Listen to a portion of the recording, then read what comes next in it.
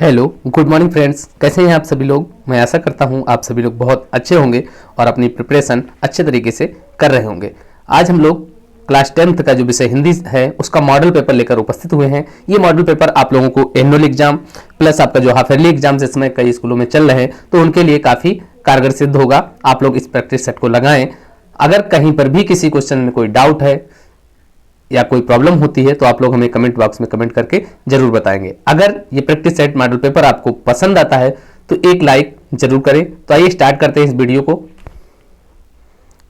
देखिए स्टार्ट करते हैं हम लोग। पहले हम लोगों को ये पढ़ लेना है। बाकी ऊपर तो देखिए लिखा ही है, पूर्णांक आपका जो है वो 70 मार्क है। समय 3 घंटा 15 मिनट अब दिया जाता है। कक्षा 10 का है, हिंदी है सब्जेक्ट। अब आप लोग पहले इस नोट को पढ़ेंगे। क्या लिखा है कि प्रारंभ के 15 मिनट परीक्षार्थियों को प्रश्न पत्र के लिए निर्धारित हैं। 15 मिनट आपको ये प्रश्न पत्र अच्छे तरीके से पढ़ना है, उसके बाद ही इसको सॉल्व करना है। पहला देखिए क्या लिखा है नोट। प्रश्न पत्र 2 खंडों में विभाजित है, खंड आ और खंड वा। ये प्रश्न पत्र जो आपका पेपर है 2 खंडों में विभाजित है। एक खंड आ है, दूसरा वा है। खंड आ में 20 अंक के बहुविकल्पीय प्रश्न है। खंड आ में आपको 20 क्वेश्चंस मिल रहे हैं। प्रत्येक क्वेश्चन 1 नंबर का है और ये बहुविकल्पीय प्रश्न है, यानी ऑब्जेक्टिव टाइप्स क्वेश्चन है। इसमें आपको चूज करके आंसर करना होगा। और इस बार अब आप लोगों को बोर्ड के एग्जाम में OMR सीट पर ये आपको ब्लैक सर्कल करना होगा, गोला काला करना होगा। और खंडवा जो है इसमें 50 अंक के वर्णनात्मक प्रश्न दिए गए हैं जिनको आप लोगों को लिखना है और प्रत्येक के सम्मुख उसके अंक लिखे हुए हैं। तो आइए खंड आ सॉल्व करते हैं, देख लेते हैं बहुविकल्पी प्रश्न जो दिए हुए हैं वो कैसे आप लोग करेंगे। तो देखिए पहला क्वेश्चन आपके सामने आया है। क्या लिखा है कि हिंदी का प्रथम उपन्यास कौन सा है। परीक्षा गुरु, गोदान, अलग अलग वैतरणी या इनमें से कोई नहीं। तो यहां पर बात करेंगे जो हिंदी का पहला उपन्यास है आपका, वो आपका परीक्षा गुरु है। कौन सा है दोस्तों? परीक्षा गुरु है। राइटर हैं लाला श्रीनिवास दास। याद करेंगे आप लोग, लाला श्रीनिवास दास। लाला श्रीनिवास दास। हिंदी का जो पहला उपन्यास है वो परीक्षा गुरु है। इसके राइटर हैं लाला श्रीनिवास दास। और इधर ये गोदान दिया है, ये मुंशी प्रेमचंद जी का प्रसिद्ध उपन्यास है। अगला क्वेश्चन देखते हैं। क्वेश्चन नंबर 2 आपकी स्क्रीन पर आ चुका है कि हिंदी की प्रथम कहानी कौन सी है। हिंदी की प्रथम कहानी कौन सी है। कफन, ममता, इंदुमती या इनमें से कोई नहीं। तो इसका जो राइट आंसर बनेगा दोस्तों वो बनेगा इंदुमती। इंदुमती जो है वो आपकी हिंदी की प्रथम कहानी है और राइटर हैं किशोरी लाल गोस्वामी। कौन राइटर हैं इसके? किशोरी लाल गोस्वामी जी इसके राइटर हैं, याद रखेंगे। अगला क्वेश्चन देखते हैं। निम्न में से सरस्वती किस युग होना चाहिए। दोस्तों गुण लिखा है यहां पर, आप युग कर लें। ये किस युग की पत्रिका है। छायावादी, प्रगतिवादी या द्विवेदी या इनमें से कोई नहीं। तो जो सरस्वती पत्रिका है इसके संपादक कौन थे? आचार्य महावीर प्रसाद द्विवेदी। याद रखेंगे इसके संपादक जो थे वो महावीर प्रसाद द्विवेदी थे। महावीर प्रसाद द्विवेदी थे और ये द्विवेदी युग की आपकी महत्वपूर्ण पत्रिका है, याद रखेंगे। इंपॉर्टेंट क्वेश्चन है। अगला क्वेश्चन देखिए। सभी क्वेश्चंस आपके एक्सपेक्टेड हैं, आ सकते हैं आपके एग्जाम में। अगला क्वेश्चन है एकांकी सम्राट किसे कहा जाता है। रामकुमार वर्मा, सेठ गोविंद दास, हरिकृष्ण प्रेमी या मोहन राकेश। तो यहां पर भी आपका जो राइट आंसर बनेगा वो आपका ऑप्शन ए है। रामकुमार वर्मा जी को एकांकी सम्राट कहा जाता है। एकांकी का पिता भी इन्हीं को कहा जाता है। तो राइट आंसर आपका है रामकुमार वर्मा एकांकी सम्राट कहे जाते हैं। अगला क्वेश्चन, नागरी प्रचारिणी सभा के संस्थापक कौन थे। बाबू श्याम सुंदर दास, मदन मोहन मालवीय, रामचंद्र शुक्ल या टंडन। यहां पर आपका राइट आंसर होगा ऑप्शन ए, बाबू श्याम सुंदर दास नागरी प्रचारिणी सभा के संस्थापक थे। अगला क्वेश्चन देखते हैं। आनंद कादंबनी के संस्थापक कौन है। राधाचरण गोस्वामी, बद्री नारायण चौधरी प्रेमघन या बालकृष्ण भट्ट या मिश्र। तो इसका राइट आंसर जो आपका है वो ऑप्शन बी है, Badri Narayan Chaudhary Premghan. Badri Narayan Chaudhary Premghan. Right answer is option B. जो आनंद कादंबनी पत्रिका है इसके संपादक थे बद्री नारायण चौधरी प्रेमघन, याद रखेंगे। अगले क्वेश्चन के साथ चलते हैं। हिंदी साहित्य का इतिहास के लेखक हैं श्याम सुंदर दास, रामचंद्र शुक्ल, महावीर प्रसाद द्विवेदी या बालकृष्ण भट्ट। तो इसका जो राइट आंसर आपका बनेगा वो बनेगा रामचंद्र शुक्ल। हिंदी साहित्य का इतिहास ये रामचंद्र शुक्ल इसके लेखक हैं। Right answer is option B. दोस्तों अगर इस पेपर की आप लोगों को पीडीएफ चाहिए तो आप लोग 9005124256 पर व्हाट्सएप करें और कमेंट में लिखें CL 10th PDF, यानी क्लास 10th PDF। तो आप लोगों को PDF प्रोवाइड करा दिया जाएगा। इसके अतिरिक्त आप टेलीग्राम चैनल से जुड़ सकते हैं। टेलीग्राम का लिंक आपको डिस्क्रिप्शन में मिलेगा, वहां पर भी इस पेपर की PDF शेयर कर दी जाएगी। अगला क्वेश्चन देख लेते हैं हम लोग। वीर गाथा काल को दूसरे किस काल के नाम से जाना जाता है? भक्ति काल, रीति काल, आदि काल, आधुनिक काल। ये क्वेश्चन कई बार पूछा गया है। इसका जो राइट आंसर बनेगा आपका वो बनेगा ऑप्शन बी। जो वीर गाथा काल है इसे आदिकाल कहा जाता है, अपभ्रंश काल भी कहा जाता है।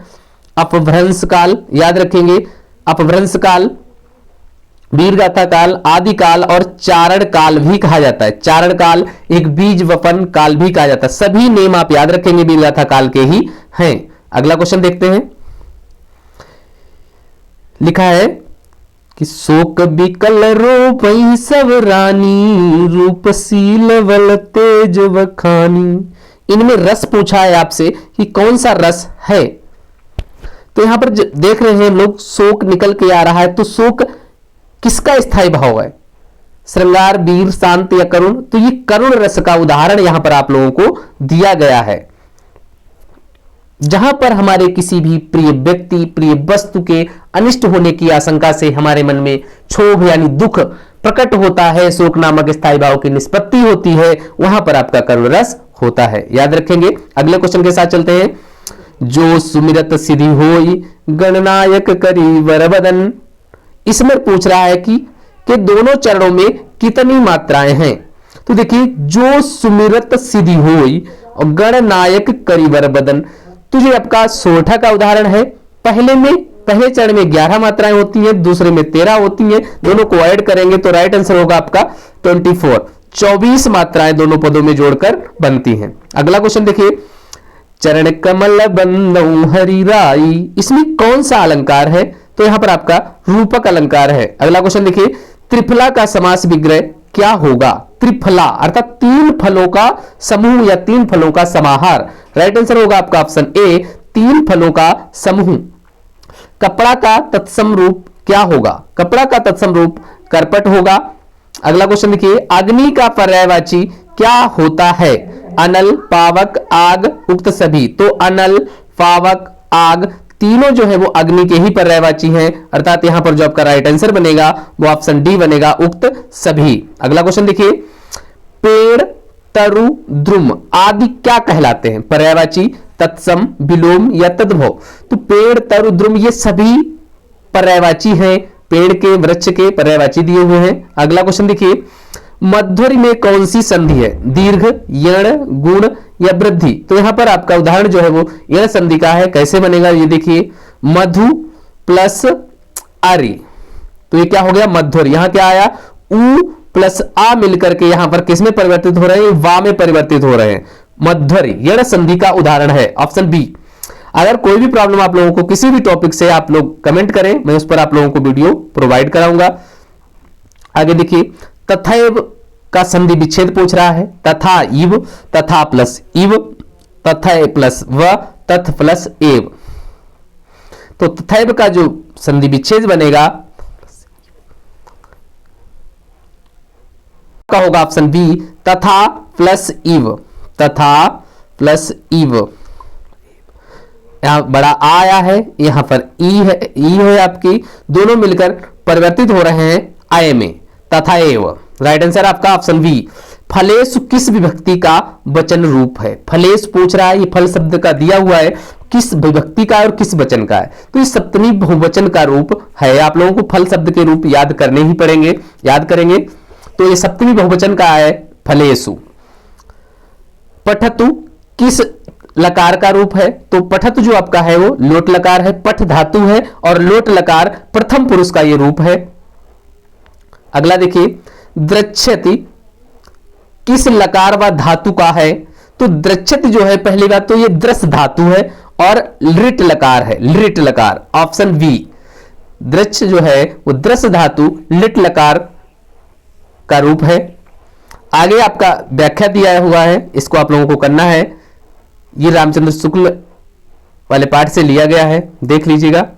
उपयुक्त का गद्यांश पूछा है आपसे, तो गद्यांश में आप क्या लिखेंगे? गद्यांश में लिखेंगे कि प्रस्तुत गद्यांश हमारी पाठ्यपुस्तक हिंदी के गद्य खंड के मित्रता पाठ से उद्धृत है और इसके लेखक रामचंद्र शुक्ल जी हैं। अगला पूछ रहा है कि रेखांकित अंश की व्याख्या। इससे समझिए जितने में केवल अंडरलाइन है उतने की ही आपको व्याख्या करनी है। जैसे यहां दिया है, किसी युवा पुरुष की संगति यदि बुरी होगी तो वह उसके पैरों में बंधी चक्की के समान होगी जो उसे दिन दिन अवनति के गड्ढे में गिराती जाएगी। यानी किस प्रकार से आप लिखेंगे? लिखेंगे कि श्री आचार्य रामचंद्र शुक्ल जी कहते हैं कि किसी अगर युवा व्यक्ति की जो संगति है वो बुरी होगी तो वह एक उसके पैरों में बंधी चक्की के समान होगी जो उसे दिन दिन यानी प्रतिदिन उसे अवनति के गड्ढे में ही गिराती चली जाएगी। जो अवनति का गड्ढा है उसमें यानी वो उन्नति नहीं कर सकता है, उसमें गिरता चला जाएगा। अगला क्वेश्चन इसी से आप लोग छांट के लिखेंगे। कह रहा कि कुसंग का व्यक्ति के जीवन पर क्या प्रभाव होता है?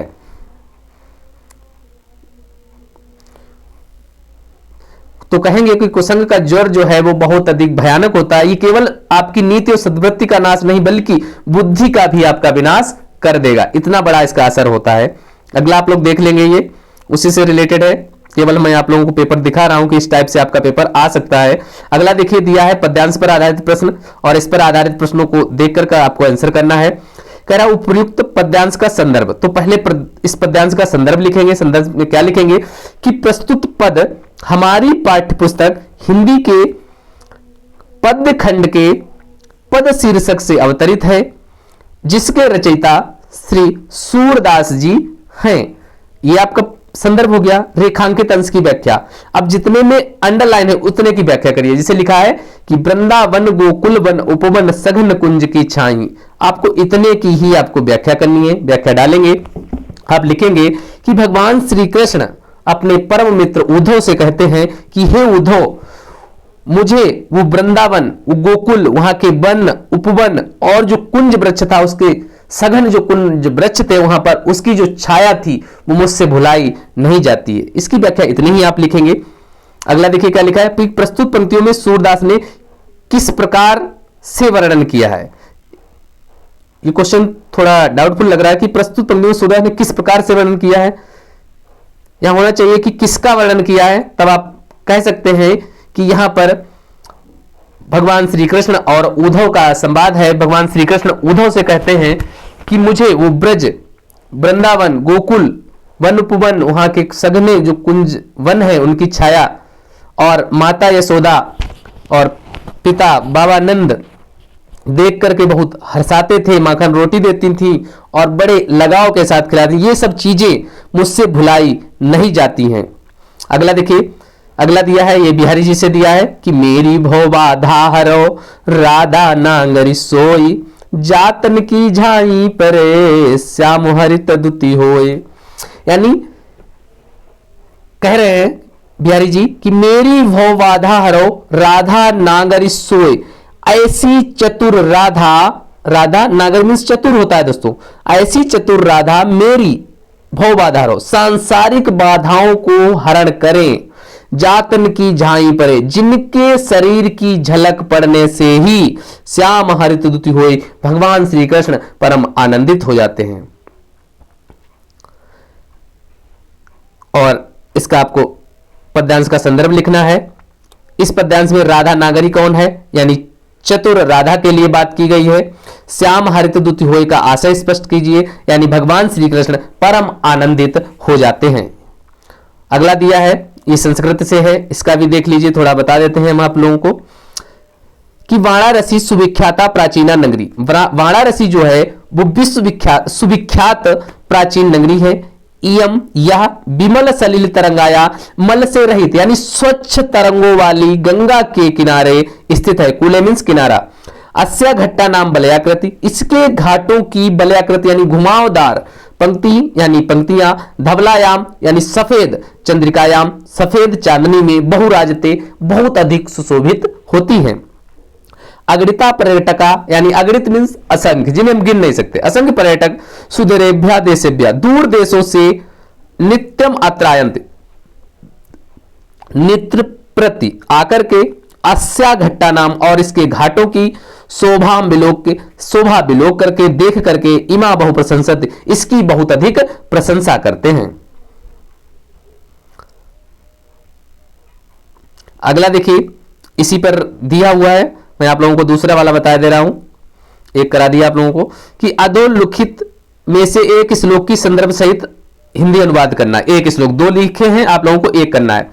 मरणम मंगलम यत्र विभूतिश्च विभूषणम, कौपीनम यत्र कौसेयम सा काशी के नीयते। कह रहा है कि मरणम मंगलम यत्र, जहां मरना मंगलकारी होता है, यत्र मीन्स जहां, मंगलम मीन्स मंगलकारी, मरणम मरना, जहां मरना मंगलकारी होता है, विभूतिश्च विभूषणम, और जो राख आपकी है विभूति, यही आपकी आभूषण है।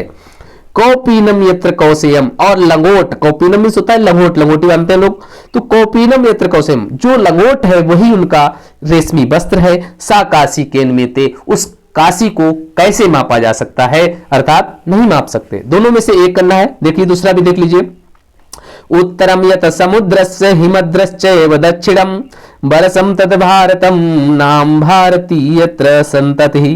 तेरा उत्तरम यत, जो समुद्र के उत्तर में स्थित है, हिमद्रश्चैव दक्षिणम, हिमालय के दक्षिण में स्थित है, तद भारतम, वह भारत है, नाम भारती यत्र संतति, और उसकी हम सभी संतानें भारतीय हैं। इस प्रकार से आप लोग कर लेंगे। कोई प्रॉब्लम अगर आती है तो आप लोग हमें कमेंट बॉक्स में कमेंट करेंगे, वो आप लोगों को सॉल्यूशन उसका दिया जाएगा। आगे देखिए, यहां पर आपको एक लेखक का जीवन परिचय लिखना था और उसकी एक रचना, चाहे रामचंद्र शुक्ल का करते, राजेंद्र प्रसाद या जयशंकर प्रसाद, किसी का एक करना था। आगे देखिए, अधोलिखित में से किसी एक का जीवन परिचय और एक रचना, चाहे सूरदास, बिहारी और महादेवी वर्मा। बोर्ड के लिए भी आप लोग नोट कर लें कि तुलसी, सूर, बिहारी, ये आपको बोर्ड के लिए तैयार रखना है तीनों को। इधर रामचंद्र शुक्ल, राजेंद्र प्रसाद और जयशंकर प्रसाद, इनको भी बोर्ड के लिए आप प्रिपेयर करें। अगला देखिए, अपनी पाठ्य पुस्तक से याद किया हुआ एक श्लोक लिखिए जो इस प्रश्न पत्र में ना आया हो। एक श्लोक आप लोगों को लिखना था जो आपकी पाठ्य पुस्तक से है और इस प्रश्न पत्र में ना हो। आप लोगों को मैंने कई श्लोक कराए हैं, आप लोग प्लेलिस्ट मिल जाएगी, आप लोग देख लेंगे, वहां से कर लेंगे। अगला देखिए, निम्नलिखित में से किन्हीं दो प्रश्नों के उत्तर संस्कृत में दीजिए। चार प्रश्न यहां पर दिए हैं, आप लोगों को कोई दो करने थे। जैसे पहला क्वेश्चन पूछा कि वाणारस्याम गेहे गेहे किम दोदते, कि वाणारसी में घर घर में क्या प्रकाशित है, तो विद्या की ज्योति, विद्या या जो विद्या है उसकी ज्योति प्रज्वलित होती है। वीरः केन पूजते, वीरः वीरेण पूजते, यानी एक वीर जो है वो वीर के द्वारा ही पूजा जाता है। पदेन बिना किम दूरम याति, पदेन बिना पत्रम दूरम याति, यानी पद पैर नहीं है लेकिन कौन दूर जा सकता है, तो वो पत्र जा सकता है, याद रखेंगे। अगला क्वेश्चन देखिए, निम्नलिखित उपसर्गों में से किसी एक के मेल से एक शब्द बनाइए। अब तीन उपसर्ग दिए गए, यहां से आपको तीन में से एक उपसर्ग का बनाना है। जैसे अप लिखा है, उपसर्ग पहले समझिए क्या होता है। तो उपसर्ग जो है वो किसी भी शब्द के शुरू में लगते हैं। कहां पे लगते हैं? शुरू में, यानी आरंभ में। तो इस अप को आपको शुरू में लगाना है। जैसे अप लिख लिया, जैसे अब हो गया अपकार, ठीक, अपमान, कोई एक बनाना था आपको, मैं सभी बता दे रहा हूं। अगला है अभि, तो अभिमन्यु हो जाएगा, अभिनय हो जाएगा, अभिशाप हो जाएगा, अति से आपका अत्यधिक हो जाएगा। इस प्रकार कर लेंगे। अगला देखिए, प्रत्यय, प्रत्यय जो है ये बाद में लगते हैं, किसी शब्द के बाद में लगाना है इन्हें। आई, जैसे पढ़ाई, बाद में आई निकल रहा है, लिखाई, कटाई, बुनाई, चटाई। पन दिखा है तो बचपन, पचपन, छप्पन, इस प्रकार से आपका पन हो जाएगा। आहट देखिए, आहट, जैसे कड़वाहट, घबराहट, ये शब्द बाद में आने चाहिए। तो ये चीज क्लियर कर लें। उपसर्ग प्रत्यय का भी वीडियो मैं पहले बना चुका हूं, आप लोग प्लेलिस्ट में जाकर के देख लेंगे। अगला क्वेश्चन देखिए, अगले में आपको संस्कृत अनुवाद करने थे, जी मैं आप लोगों को बाद में कराऊंगा, देख लीजिएगा। अगला देखिए, निम्नलिखित में से किसी एक विषय पर निबंध लिखना था। पर्यावरण प्रदूषण या जनसंख्या विस्फोट, महंगाई समस्या समाधान या कंप्यूटर शिक्षा या स्वास्थ्य शिक्षा। ये आपका 6 नंबर का था, लर्न करेंगे आप लोग तब होगा। मैं आप लोगों को केवल पेपर दिखा रहा हूं। अगला देखिए कि लिखा है सुपठित खंड काव्य मुक्ति दूत के पंचम सर्ग का कथासार लिखिए या सुपठित खंड काव्य के आधार पर नायक नायिकाओं की विशेषताएं। यहां पर सभी स्टूडेंट ध्यान देंगे कि आप अपने सब्जेक्ट टीचर से आस्क करें कि आपके यहां कौन सा खंड काव्य निर्धारित है। उस खंड काव्य के लिए आप एक क्वेश्चन तैयार कर लें, उस खंड काव्य के आधार पर जो उसका नायक है या उसकी नायिका है प्रमुख, उसकी विशेषताएं आप तैयार कर लेंगे, आपका ये क्वेश्चन कंप्लीट हो जाएगा। तो यहां पर जो सुपठित खंड काव्य आपका, मैं हरदोई से वीडियो अपलोड कर रहा हूं, तो यहां पर आपका जय सुभाष खंड काव्य चलता है दोस्तों। जो भी जिले इससे संबंधित हों वो लोग जय सुभाष का तैयार कर लेंगे। जय सुभाष खंड काव्य पर आपको सुभाष चंद्र बोस जी की विशेषताएं लिखनी रहेंगी। अगर वीडियो दोस्तों ये पसंद आया है तो प्लीज लाइक करें, शेयर करें और सब्सक्राइब करें। अगर कोई भी प्रॉब्लम है आपको कहीं पर भी किसी टॉपिक में, तो आप लोग कमेंट करेंगे, आपकी समस्या का समाधान अवश्य किया जाएगा। तब तक के लिए जय हिंद, वंदे मातरम दोस्तों। फिर मिलते हैं नए वीडियो के साथ।